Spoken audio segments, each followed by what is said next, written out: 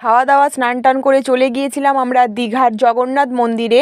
আমি, ভাই, জেঠিমা আমরা টোটো ভাড়া করেই গিয়েছিলাম। এরপরে দেখতেই পাচ্ছ জগন্নাথ মন্দিরের মেন গেটটা রাস্তার অসম্ভব বড় এবং অসম্ভব সুন্দর নিখুঁত কাজ, এবং এরিয়াটাও অনেকটা বড় এবং অনেক আবার পরে আসার ইচ্ছেই করছিল না। এরপরে জুতো এবং ব্যাগ আমরা কিন্তু এখানে রেখে দিয়েছিলাম। এখানে রাখার জায়গা রয়েছে, জুতো ব্যাগ দিয়ে আমরা একটা করে কুপন দিয়েছিল, আমরা সেই কুপন নিয়ে খালি পায়ে চলে গিয়েছিলাম মন্দিরের ভিতরে প্রবেশ পথে। ওখানে যাবার পরে ভালোভাবে আরও একবার চেকিং করে নিচ্ছিল, ভিডিও করতে একদমই দিচ্ছিল না। ওখানে প্রচুর পুলিশ এবং প্রচুর গার্ডেরা ছিল, বারবার বলছিল একদম ভিডিও করা যাবে না। তারই মধ্যে একটু টুক করে নিয়েছিলাম, মানে এই বাইরেতেই যা ভিডিও করার, ভিতরে যখনই মন্দিরের ভিতরগুলো ঢুকছি একদমই ভিডিও করতে দিচ্ছিল না। যাই হোক, চেকিং করে ঢুকে নেবার সাথে কিন্তু আমরা হাত পা ধুয়ে নিলাম। ওখানে জলের ব্যবস্থা রয়েছে হাত পা ধোবার জন্য, ওখানে হাত পা ধুয়ে সকলেই মিলে আমরা ভিতরে ঢুকে পড়লাম। ঢুকে পড়ার সাথে দেখতেই পাচ্ছ এটা কিন্তু প্রথম মন্দির। মোট 4টা মন্দির পেরোনোর পর কিন্তু জগন্নাথ মন্দির। 4টা মন্দির পেরোতে হবে, তারপরে তুমি জগন্নাথ মন্দিরে প্রবেশ করতে পারবে।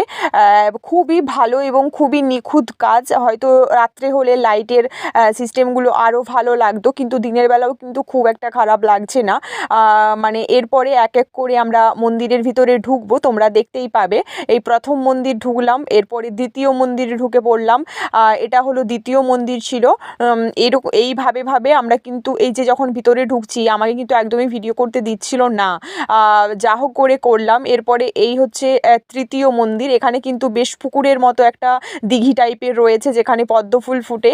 পদ্মফুলগুলো সেই সময় ফোটেনি, না হলে কিন্তু অন্য সময় পদ্মফুল ফোটে। আর সেই দিন কিন্তু প্রচুরই যাত্রীদের ভিড় ছিলেন। আমরা গিয়েছিলাম 21শে ডিসেম্বর, সেই দিন প্রচুরই ভিড় ছিল। আর তোমরা দেখতেই পাচ্ছ ওই যে প্রথম মন্দির, এই যে দ্বিতীয়, তৃতীয়, চতুর্থ, পঞ্চম, 5 নম্বরে রয়েছেন আমাদের জগন্নাথ দেব, আসল মন্দির যেখানে।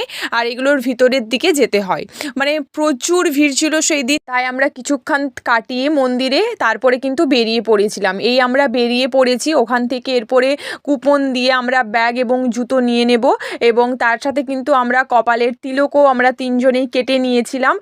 এরপর কুপন দেব, এই যে ব্যাগ নিয়ে নিয়েছি, এরপরে জুতোটাও নিয়ে নেব। ওখানে পাশাপাশি কাউন্টারগুলো রয়েছে জুতো এবং ব্যাগের, এই আমরা পরে নিলাম। এরপরে আমরা চলে যাব আমাদের হোটেলে, এবং ওখান থেকে দুপুরের খাওয়া দাওয়া করে নেবার পরে বেরিয়ে পড়বো আরও যেসব জায়গায় ঘোরার আছে সেখানে।